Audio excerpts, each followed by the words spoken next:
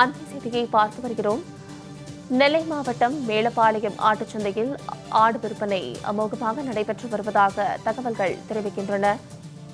நெல்லை மாவட்டம் மேலப்பாளைய ஆட்டுச்சந்தையில் இன்று ஒரே நாளில் 2 கோடிக்கும் மேல் ஆடுகள் விற்பனையானதாக தகவல்கள் தெரிவிக்கின்றன.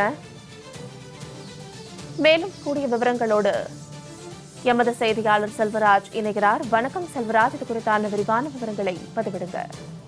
நிச்சயமாக சார்லா, ரமலான் பண்டிகை வருகின்ற 21ஆம் தேதி கொண்டாடப்படுவதை ஒட்டி நாடு முழுவதும் ரமலான் பண்டிகையை கொண்டாடுவதற்காக இஸ்லாமியர்கள் தங்களுடைய முன்னேற்பாடுகளை செய்து கொண்டு வருகிறார்கள். இந்த நிலையில் தென் மாவட்டங்களே மிக பெரிய அளவிலான செயல்படக்கூடிய ஆட்டு சந்தை என்பது திருநெல்வேலி மாநகராட்சி பகுதிக்கு உட்பட்ட மேலப்பாளையம் பகுதியில் உள்ளது. இந்த மேலப்பாளையம் பகுதிக்கு திருநெல்வேலி, தூத்துக்குடி, தென்காசி, விருதுநகர், மதுரை, திண்டுக்கல், ராமநாதபுரம் உள்ளிட்ட பல்வேறு மாவட்டங்களில் இருந்தும் ஆட்டு வியாபாரிகளும் விவசாயிகளும் இந்த பகுதிக்கு வருவது வழக்கம்.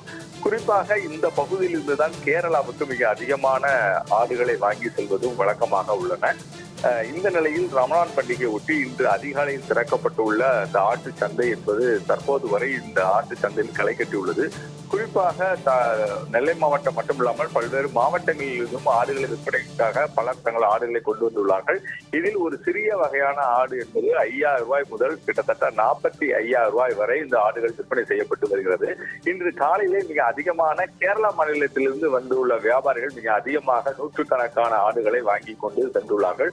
மேலும் தற்போது திருநெல்வேலி மற்றும் அதன் சுற்று வட்டார பகுதியில் உள்ள மாவட்டங்களைச் சேர்ந்த மிக அதிகமான இஸ்லாமியர்களும் மற்றும் பொதுமக்களும் தங்களுக்கு தேவையான ஆடுகளை வாங்கி கொண்டு வருகிறார்கள்.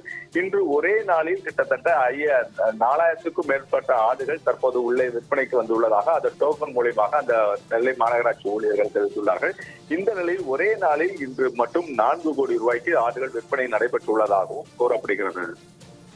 விரிவான விவரங்களுக்கு நன்றி செல்வராஜ்.